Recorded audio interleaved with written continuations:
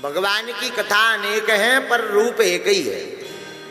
राम नाम एक अंक है और सब साधन सुन।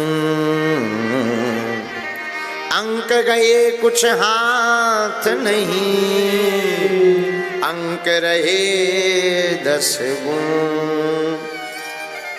एक राम नाम ऐसा है, एक गोविंद की कथा ऐसी है जिसको सुनने के बाद आपके जीवन में आपकी जिंदगी की महिमा बढ़ जाएगी। और बात भी सही है। परीक्षित जी को श्राप लगने तक कोई नहीं पूछ रहा था। अगर परीक्षित जी भागवत की कथा सुनते तो क्या आज उनकी चर्चा हम कर पाते? अगर परीक्षित जी भागवत की कथा नहीं सुनते तो आज उनकी चर्चा शायद कोई करता।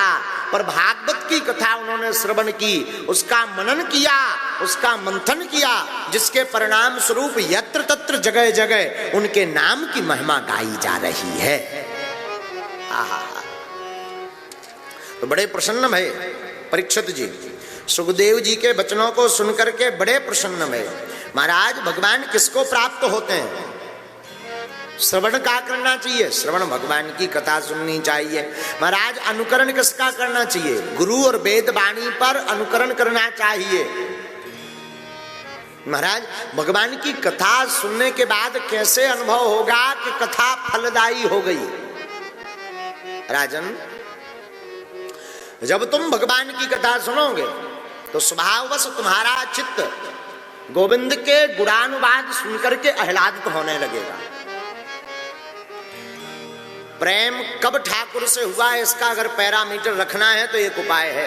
भगवान से प्रेम है या नहीं इसकी जांच करनी है तो एक उपाय है। जब आपके जीवन में भगवान का नाम सुनकर, भगवान की कथा सुनकर ज्यों जीवन में आपके आंखें भरने लगे, डबडबाने लगे, हृदय गदगद होने लगे, तब समझना हमारा गोविंद से अथाह प्रेम बढ़ने लगा है।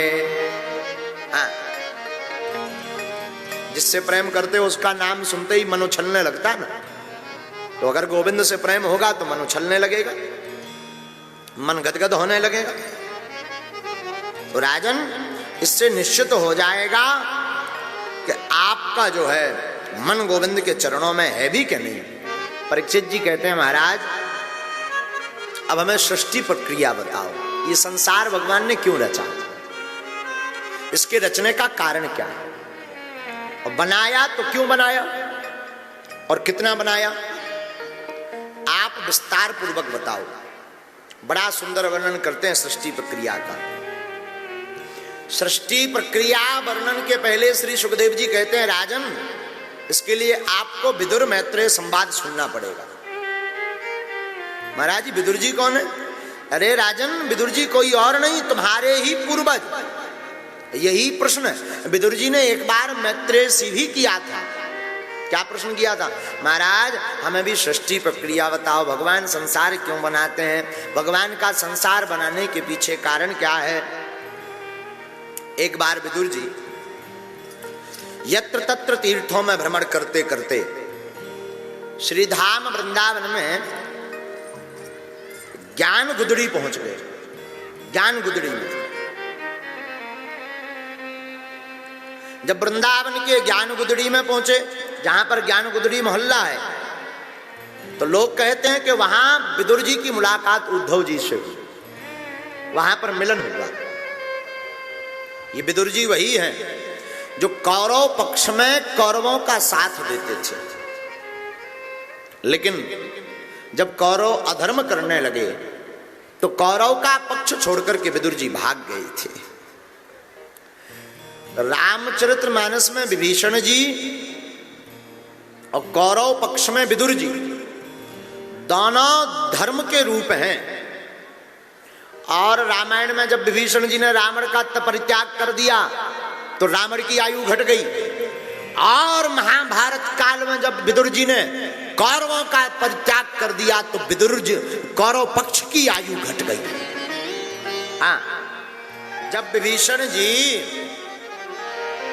रावण का पक्ष छोड़कर गए तो रावण का विनाश हो गया, और विदुर जी कौरवों का पक्ष छोड़कर गए तो कौरवों का विनाश हो गया। ऐसे समझो। साधु जी विदुर हैं धर्म के रूप। आपके घर में जब तक धर्म बना रहेगा आपका कोई विनाश नहीं कर सकता, चाहे कोई मारने आ जाए। जिस दिन आपके घर पर धर्म की जगह अधर्म ले लेगा उसी दिन आपका विनाश हो जाएगा। विदुर ने घर छोड़ा और तीर्थाटन निकले। आज तक लौटकर खबर नहीं ली।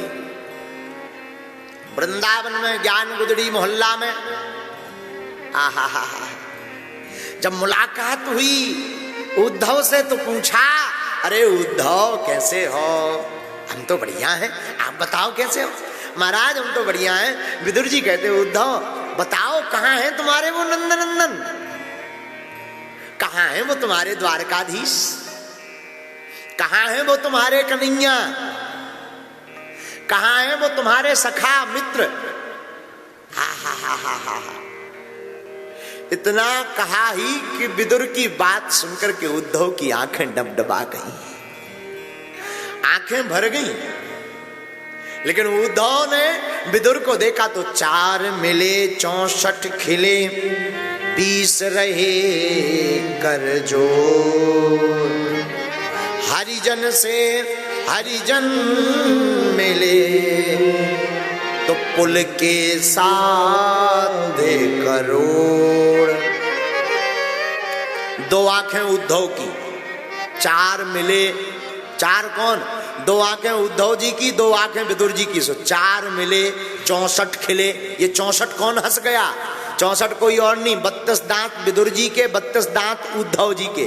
तो 4 मिले 64 खिले पर 20 रहे कर जोर। ये भैया 20 कौन हाथ जोड़े हुए हैं? 5 और 5 10 उंगलियां उद्धव जी की और 10 उंगलियां विदुर जी की। तो 20 रहे कर जोर। हरिजन से हरिजन मिले, भगवान के भक्त से भगवान के भक्त मिले। सुपुल के 7 करोड़।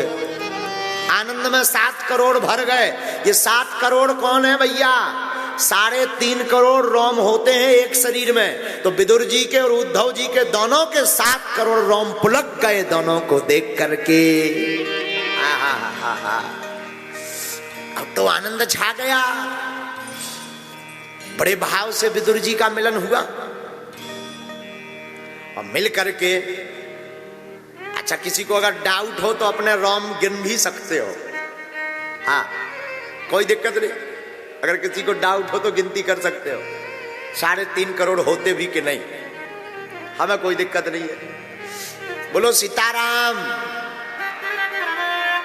विदुर उद्धव जी कहते हैं, उद्धव कहाँ हैं आपके वो मनमोहन घनश्याम? उद्धव की आंखें भर गईं। विदुर जी वो तो कब के शरीर पूर्ण कर चुके, लीला पूर्ण कर चुके हमारे ठाकुर जी। अरे लीला पूर्ण कर चुके। हाँ, महाभारत युद्ध का क्या हुआ? क्या होना था?